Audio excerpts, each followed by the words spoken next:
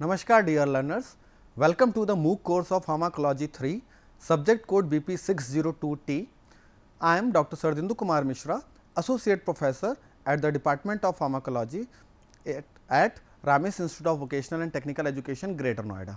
So dear learners, we are going to discuss about the quinolones and the fluoroquinolones. So let's start with the pharmacology of quinolones. So basically quinolones are the synthetic broad spectrum antibiotics, and the term quinolone basically refers to the their synthetic chemotherapeutic activity. ठीक है ना, तो आप कह सकते हैं कि क्यूनोलोन्स basically chemical ring है. ठीक है ना, क्यूनोलोन स्ट्रक्चर आप देख सकते हैं यहाँ पर दिया हुआ है.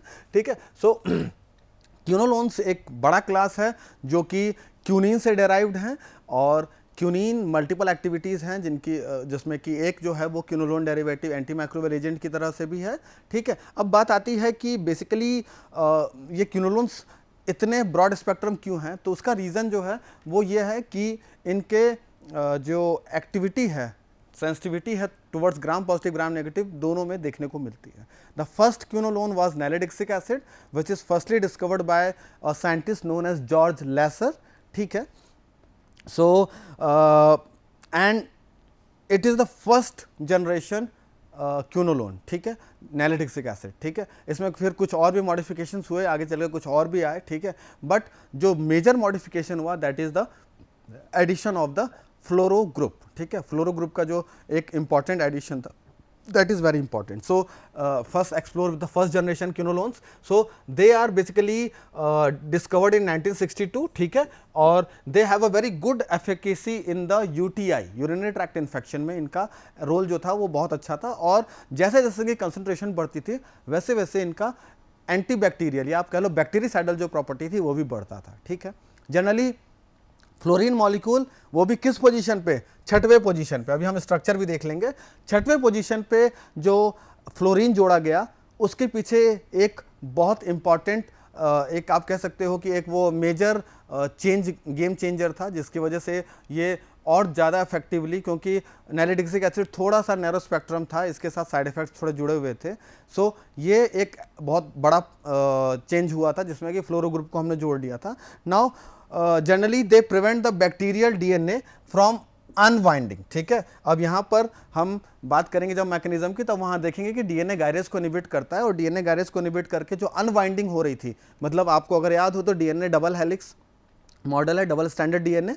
तो डबल स्टैंडर्ड डीएनए जो है वो कॉइल्ड होता है. ठीक है, इस तरह से. हाँ, अब इस कॉइलिंग को खोलना जरूरी है. जब तक ये नहीं खुलेगा तब तक रेप्लिकेशन जो है वो नहीं होगा, और आगे की जो प्रोसेस है ट्रांजिशन की वो नहीं होगी, ट्रांसक्रिप्शन की वो नहीं होगी. ठीक है, तो रेप्लिकेशन के लिए कॉइल को अलग करना जरूरी है, जिसमें हेल्प करता है डीएनए गायरेज. बट जब हम डीएनए गायरेज को इनहिबिट कर देते हैं तो बैक्टीरियल डीएनए गायरेज को इनहिबिट करते ही हमारा अनकॉइलिंग अनबाइंडिंग जो है वो नहीं होता है, और जब बैक्टीरियल डीएनए का अनवाइंडिंग नहीं होगा तो आगे चलकर जो उसका रेप्लिकेशन या आगे चलकर जो रिस्पेक्टिव प्रोटीन्स बनने चाहिए थे वो नहीं बनते हैं. ठीक है, तो this is the major you can say mechanism.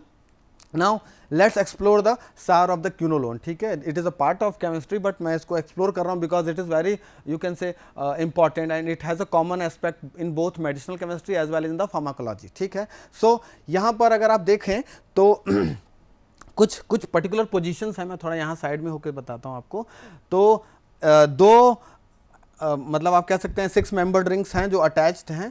ठीक है, हम इसको नाम दे देते हैं, रिंग मान लो ए, और इसको दे देते हैं रिंग बी. ठीक है, तो रिंग ए में अगर देखेंगे तो जो पोजीशन 4 है और पोजीशन 3 है, ठीक है, this is very much responsible for what, for the gyrase binding. ठीक है, तो यानी गायरेज के साथ बाइंड करने के लिए 3 और 4 पोजीशन जो है वो बहुत इंपॉर्टेंट है. इसके अलावा जो पोजीशन 2 है ये भी गायरेज बाइंडिंग में हेल्प करता है, लेकिन जो पोजीशन 1 है जिसपे आप कह सकते हो एक अल्काइल ग्रुप का सब्स्टिट्यूशन होना है, ठीक है, वो रिस्पॉन्सिबल होता है आपकी पोटेंसी के लिए, और कुछ एक हद तक ये काइनेटिक प्रॉपर्टी भी डिफाइन करता है किसकी, क्यूनोलोन्स की. ठीक है, अब अगर हम रिंग बी की तरफ आते हैं तो रिंग बी में जो 5th पोजीशन है इस पे भी एक अल्काइल ग्रुप का सब्स्टिट्यूशन होना है. यहां पर पोटेंसी और ग्राम पॉजिटिव के अगेंस्ट में जो एफिकेसी है वो देखने को मिलती है. इसके अलावा यहां पर पोजीशन 6 जहां पर एक फ्लोरो ग्रुप लगा, जहां पर एक मेजर सब्स्टिट्यूशन हुआ फ्लोरो ग्रुप का, वो रिस्पॉन्सिबल होता है बैक्टीरिसाइडल प्रॉपर्टी के लिए, ठीक है। तो यानी जो बैक्टीरियासाइडल प्रॉपर्टी आ रही है that is due to the what, the 6th position substitution, that is the fluoro substitution. 7th position पे एक अल्काइल ग्रुप है, it is also responsible for the kinetic parameters as well as the antimicrobial spectrum, ठीक है। And the 8th position is responsible for the anaerobic activity, यानी कि कुछ anaerobes के against में भी फ्लोरोक्विनोलोन जो है वो इफेक्टिव है, और वो इसकी वजह, उसका रीजन क्या है, पोजीशन 8 पर जो एक एक्स ग्रुप लगा हुआ है, ठीक है। So this is all about the SAR of quinolone. तो यानी आपको हर पोजीशन का आइडिया हो गया कि कौन सी चीज़ कहाँ पर है जो कि रिस्पॉन्सिबल होगी उस पर्टिकुलर एक्टिविटी को एक्सप्लोर करने के लिए, ठीक है। तो आप जो भी सब्स्टिट्यूशंस करेंगे उस सब्स्टिट्यूशन से फ्लोरोक्विनोलोन की एक्टिविटी बढ़ भी सकती है और घट भी सकती है, तो इसको ध्यान में रखकर ही कोई भी सब्स्टिट्यूशंस हम करते हैं। So let's explore the quinolones, first generation, second generation, third and fourth generation. इसमें जो फर्स्ट जनरेशन है they are very effective in the gram negative bacilli, ठीक है, मैंने आपको बताया था पहले ही। तो ग्राम नेगेटिव बैसिलाई में ये बहुत इफेक्टिव थे, and this is the reason they have a very good activity in the blood. आप कह लो कि जो डिसेंट्री है उसमें इसकी एक्टिविटी बहुत अच्छी है एंट्रोबैक्टर के अगेंस्ट में, ठीक है, but they doesn't inhibit the Pseudomonas aeruginosa, ठीक है। सेकंड जनरेशन जो है वो ग्राम नेगेटिव में भी इफेक्टिव है और कुछ ग्राम पॉजिटिव में, ठीक है, और सेकंड जनरेशन जो है वो स्यूडोमोनास को भी इनहिबिट करता है, ठीक है। तो आप ध्यान रख सकते हैं कि ग्राम नेगेटिव को तो टारगेट करेगा, इसके साथ साथ स्यूडोमोनास और ग्राम पॉजिटिव में कुछ जैसे स्टेफिलोकोकस ऑरियस को भी ये टारगेट करता है, ठीक है। थर्ड जनरेशन और फोर्थ जनरेशन की बात कर लें तो they have a very good activity against the gram positive as well as the gram negative, and they have a very good potential to inhibit the zoonotic infections and mycobacterial infection, ठीक है। तो यानी कि zoonotic infection या mycobacterial infection अगर हो रहा है तो उसमें भी थर्ड और फोर्थ जनरेशन की जो एफिकेसी है वो बहुत ही स्ट्रांग है, ठीक है। This is the reason why आगे चलकर ट्यूबरक्लोसिस में इसका बहुत इंपॉर्टेंट यूज होता है, ठीक है। So this is the example of the generations, ठीक है। फर्स्ट जनरेशन में जो पहली ड्रग आई थी उसका नाम ही था सिनॉक्सासिन, फिर नैलिडिक्सिक एसिड आई, फिर ऑक्सालिनिक एसिड आई। सेकंड जनरेशन में जो हम बहुत कॉमनली यूज करते हैं that is the ciprofloxacin, market में सिप्रोबिड के नाम से इसका आता है, सिप्लॉक्स आता है। इसके अलावा एनॉक्सिसिन, फ्लोरोक्सिसिन, लोमेफ्लॉक्सासिन, लिवोफ्लॉक्सासिन, नॉरफ्लॉक्सासिन, ओफ्लॉक्सासिन एंड रुल्फीफ्लॉक्सासिन, ठीक है। अब अगर हम बात कर लें तो थर्ड जनरेशन का जो एग्जांपल है गैटिफ्लॉक्सासिन, ठीक है। Gatifloxacin is very you can say potent drug.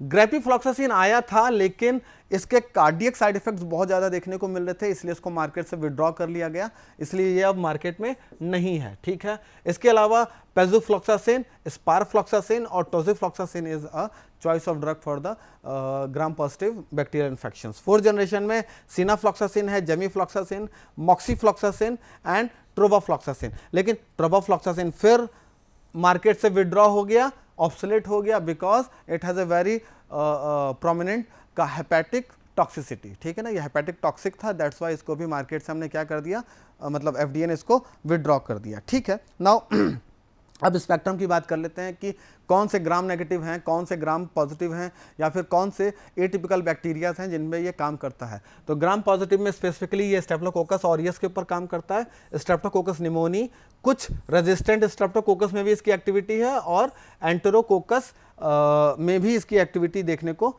मिलती है। ग्राम नेगेटिव, यहाँ पर ए होगा, सॉरी, ग्राम नेगेटिव में अगर हम बात करें तो it is effective in the E coli, Klebsiella, Enterobacter, Proteus, Salmonella, Shigella, Serratia, Neisseria and Pseudomonas aeruginosa, ठीक है।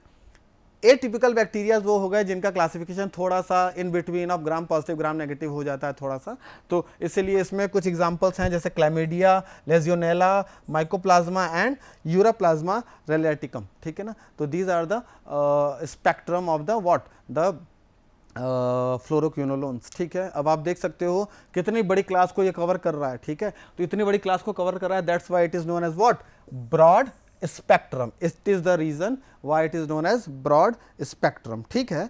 नाउ मैकेनिज्म ऑफ एक्शन की बात कर लेते हैं। तो मैंने पहले बता दिया कि डीएनए की अनवाइंडिंग को ये रोकेगा, लेकिन कैसे रोकेगा उसको समझ लेते हैं। तो जनरली बैक्टीरिया में एक एंजाइम पाया जाता है जिसका नाम होता है डीएनए गायरेज, जिसको कि हम टोपोआइसोमरेज 2 के नाम से भी जानते हैं, ठीक है।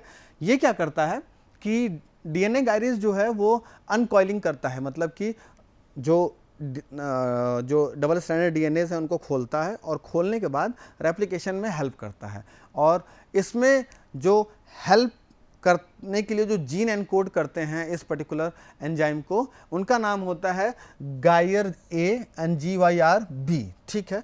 और ये जो जीन्स हैं they are basically encoding the DNA gyrase which is responsible for removing the supercoiling, ठीक है ना। सुपर कॉइलिंग नहीं होने देता, मतलब कि जैसे अगर आप रस्सी के 2 एंड पकड़ो और उनको लपेटना शुरू कर दो तो आप क्या देखोगे कि एक एंड तो लपेटता जाएगा, पीछे वाला जो आगे वाला है वो उलझता जाएगा, ठीक है। तो इसको हम क्या कहते हैं, तो सुपर कॉइलिंग। तो ये क्या करता है, इस सुपर कॉइलिंग को रोकता है, ठीक है। सुपर कॉइलिंग नहीं होगी, मतलब दोनों आराम से अलग हो जाएंगे, ठीक है। तो इसके लिए डीएनए गायरेज जो है वो that is a important compound, ठीक, इंपॉर्टेंट एंजाइम। हाँ, बट अच्छा, इसके साथ साथ डीएनए गायरेज ये भी एश्योर करता है कि दोबारा से वो ना चिपकें, ठीक है ना। तो ये भी एक ध्यान में वो रखता है, ठीक है। सो रेप्लिकेशन में इसका एक बहुत इंपॉर्टेंट एस्पेक्ट है। अब अगर हम बात करें तो एक और टॉपोआइसोमरेज है, दैट इज टॉपोआइसोमरेज 4, ठीक है, which is encoded by the gene PAR-C and PAR-E, ठीक है। अब टॉपोआइसोमरेज 4 क्या करता है, टॉपोआइसोमरेज 2 या डीएनए गायरेज की तो एक्टिविटी पता चल गई। टॉपोआइसोमरेज 4 जो है सॉरी, टॉपोआइसोमरेज 4 जो है that is mainly responsible for the removing the mother and daughter DNA, ठीक है ना, यानी डॉटर डीएनए और मदर डीएनए को अलग करता है, ठीक है। एक बार रेप्लिकेशन हो गया तो दोनों को अलग करने की जिम्मेदारी किसकी है, वो टॉपोआइसोमरेज 4 की है, ठीक है। तो यानी कि टोपोआइसोमरेज 2 जो है that is responsible before the replication, याद रखेंगे आप, ठीक है। और टोपोआइसोमरेज 4 है जो रिस्पॉन्सिबल है रेप्लिकेशन होने के बाद, ठीक है। यानी रेप्लिकेशन की जो पृष्ठभूमि है, जो उसका माहौल है होने के लिए, उसको कौन देखेगा, टोपोआइसोमरेज 2 डीएनए गायरेज। और एक बार रेप्लिकेशन हो गया तो उसके बाद मदर और डॉटर डीएनए को अलग करने की जिम्मेदारी किसकी है, टोपोआइसोमरेज 4 की, ठीक है। तो बस इसी जगह पर हमारे फ्लोरोक्विनोलोन को एक्ट करना है, ठीक है। So this is the flow chart. अब इसको समझ लो, फ्लोरोक्विनोलोन जो है जनरली डीएनए गायरेज के 2 सब यूनिट होते हैं, unit A and unit B, ठीक है। यहां पर हमने बात कर रखी है, ये देख रहे हो, unit A and unit B, ठीक है। So fluoroquinolone has a sensitivity और you can say affinity to bind with the subunit A, ठीक है। ये किससे बाइंड करता है, सब यूनिट ए से बाइंड करता है, ठीक है, किसके, टॉपोआइसोमरेज 2 के, याद रखिएगा, ठीक है। अब जैसे ही ये उससे बाइंड करता है, बाइंड करने के बाद जो डीएनए गायरेज की बाइंडिंग साइट है उसको ये ब्लॉक कर देता है, ठीक है।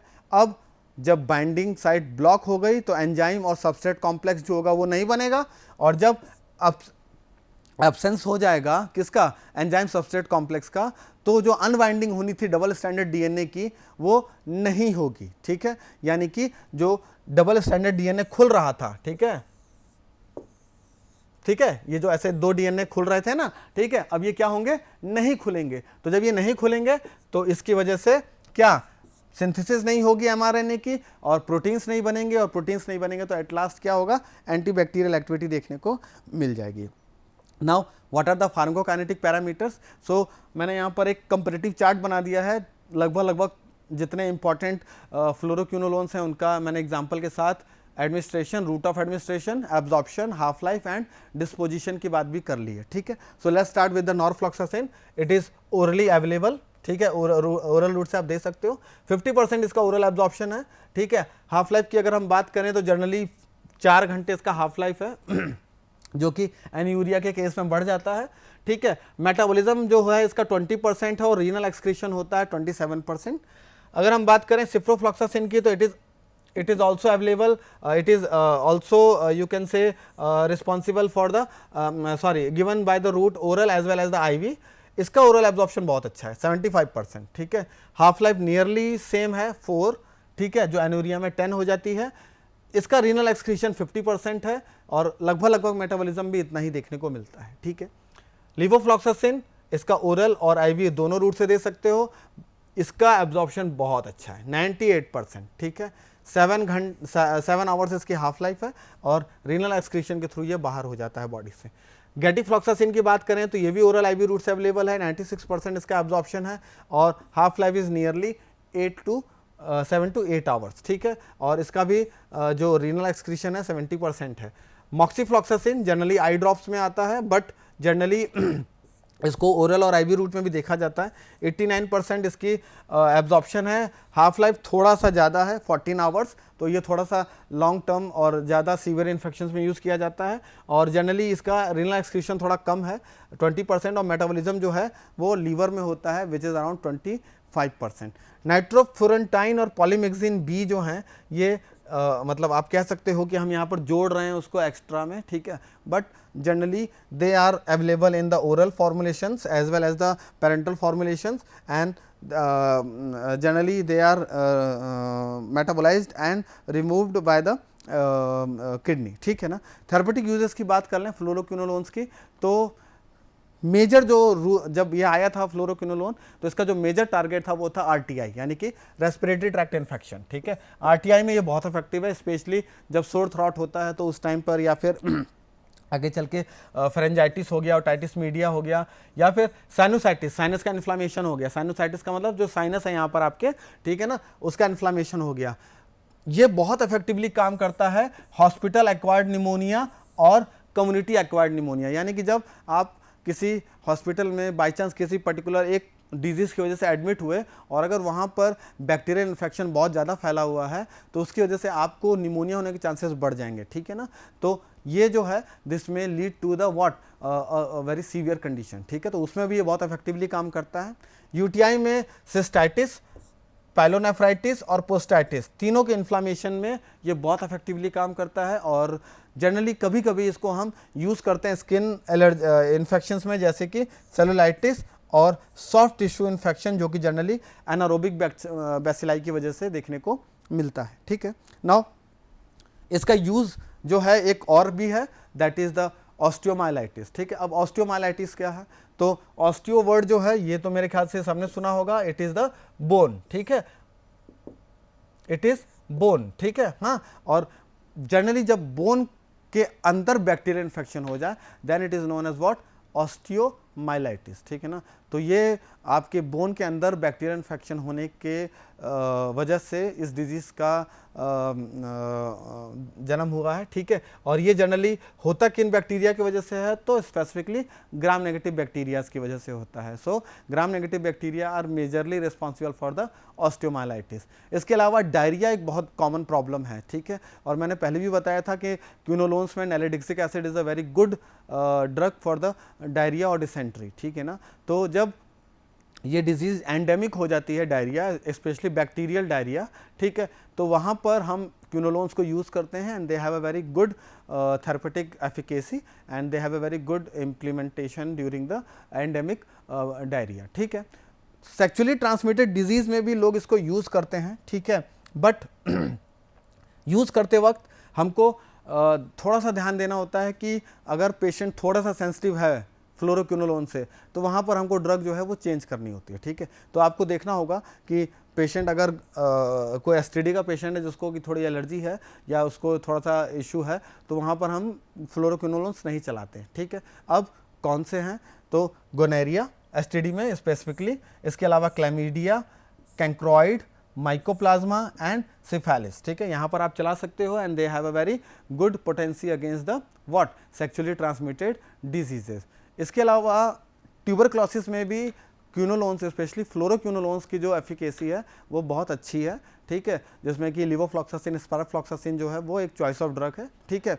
माइकोबैक्टीरियल इन्फेक्शन में माइकोबैक्टीरियम एवियम कॉम्प्लेक्स की वजह से जो इन्फेक्शन होता है उसमें इसका जो रोल है दैट इज़ वेरी गुड, ठीक है, दैट इज़ वेरी मतलब यू कैन से एडवांटेजियस, ठीक है। Now let's move to the mechanism of resistance, ठीक है, कैसे रेजिस्टेंस डेवलप होता है इसके अंदर। तो जनरली ये पहला जो टारगेट है वो है एंजाइम रेजिस्टेंस, ठीक है, क्योंकि आपको याद होगा हमने बात की थी कि एक पर्टिकुलर एंजाइम डीएनए गायरेज को जो टारगेट कर रहा है वो भी सब यूनिट ए को, उसको हम बैक्टीरिया क्या करेगा, उसके अंदर कुछ चेंजेस करेगा, ठीक है। अब क्या कर रहा है वो देख लो। तो generally what happens, it involves the amino acid substitution, ठीक है ना। एक अमीनो एसिड सब्स्टिट्यूशन होगा सब यूनिट ए में, ठीक है, और जैसे ही वो अमीनो एसिड सब्स्टिट्यूशन होगा, ठीक है, एक रीजन डेवलप हो जाएगा उस पर्टिकुलर बैक्टीरिया के अंदर जिसको हम कहेंगे QRDR, यानी कि क्यूनोलोन रेजिस्टेंस डिटरमाइनिंग रीजन, ठीक है। और ये जो QRDR है, this is mainly responsible for what, resistance against the fluoroquinolone और क्यूनोलोन्स, ठीक है ना। Now what occurs with this QRDR, so this region is basically available in the DNA binding surface of the enzyme, ठीक है। and this QRDR in DNA gyrase is you can say targeting the particular एक amino acid को target करता है, tyrosine 122 को, ठीक है ना। ओके, सो आप कह सकते हैं कि जो सब्स्टिट्यूशन हो रहा था अमीनो एसिड का गायरेज स्पेसिफिकली सब यूनिट ए में, वो QRDR रीजन को डेवलप करता है, और वो जो QRDR रीजन है that is responsible for the impairment of the quinolone activity. इसके अलावा इफ्लक्स रेजिस्टेंस मैकेनिज्म है, that is also a very prominent mechanism. अब इफ्लक्स मैंने पहले भी आपको बताया था कि आप अपने घर में से चीज़ों को बाहर निकाल कर फेंकने लग जाओ, दैट इज इफ्लक्स, और बाहर से उठा के चीज़ों अंदर करना शुरू कर दो तो इनफ्लक्स, ठीक है। तो ई का मतलब बाहर, ई मतलब बाहर एक्सटर्नल है ना, और ई आई का मतलब अंदर, ठीक है ना। तो ये ध्यान रखिएगा आप। हाँ, तो ग्राम negative bacteria generally what they can do, they can regulate a membrane permeability, ठीक है। और पोरीन चैनल्स होते हैं, ये जो चैनल्स होते हैं, फॉर एग्जांपल मान लो ये मेम्ब्रेन है, ठीक है ना, तो यहाँ पर एक छोटे छोटे चैनल्स बने होते हैं चीज़ों को अंदर बाहर करने के लिए, ठीक है। क्योंकि ग्राम नेगेटिव मैंने पहले बताया था कि लिपोपॉलीसैकेराइड और पेप्टिडोग्लाइकेन से मिलकर बनी होती है, तो इनके मूवमेंट करने के लिए पोरीन चैनल्स बने होते हैं, ठीक है ना। अब ये जो पोरीन चैनल्स हैं ये एंटी माइक्रोबियल के अंदर आने के लिए तो हेल्प करते हैं, लेकिन कभी कभी थोड़ा उल्टा हो जाता है, ठीक है। उल्टा क्या हो जाता है? उल्टा ये होता है कि थोड़ा सा म्यूटेशन होगा स्पेसिफिकली एक साइट पे जिसको हम कहेंगे ACRB, ठीक है। कहाँ गया? ACRR, ये रहा, ठीक है। हाँ, और ये जो साइट है this will lead to the development of the efflux pump, ठीक है ना। अब इनफ्लक्स पंप की जगह वो किसमें कन्वर्ट हो जाएगा? इफ्लक्स पंप, मतलब पहले वो अंदर फेंक रहा था, अब वो बाहर फेंकना शुरू कर देगा, उल्टा हो जाएगा, ठीक है। So this will lead to the what, the efflux system, ठीक है। और ये जो इफ्लक्स होगा this will remove the excessive concentration of the quinolones from the bacterial cell, ठीक है। इसके अलावा प्लाज्मिड मेडिएटेड रेजिस्टेंस भी देखने को मिलता है। अब प्लाज्मिड क्या है ये पहले भी हम मतलब जानते थे, लेकिन मैं फिर बता देता हूँ, ये एक एक्स्ट्रा क्रोमोसोमल DNA है, ठीक है। हाँ, अब मान लो ये बैक्टीरिया है एक, क्लियर।